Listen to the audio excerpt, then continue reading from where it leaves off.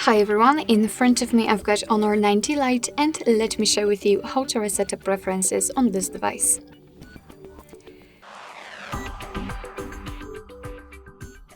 So first of all we have to enter the settings and then let's scroll in order to find the apps.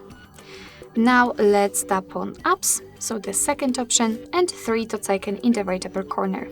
Now let's tap on reset the preferences, and here your device is informing you what it will actually reset, so among others, disabled app notifications and permission restrictions. You will not lose any app data, so simply tap on reset. And basically, this is it. This is how to reset the preferences in your Honor device. Thank you so much for watching. I hope that this video was helpful, and if it was, please hit the subscribe button and leave the thumbs up.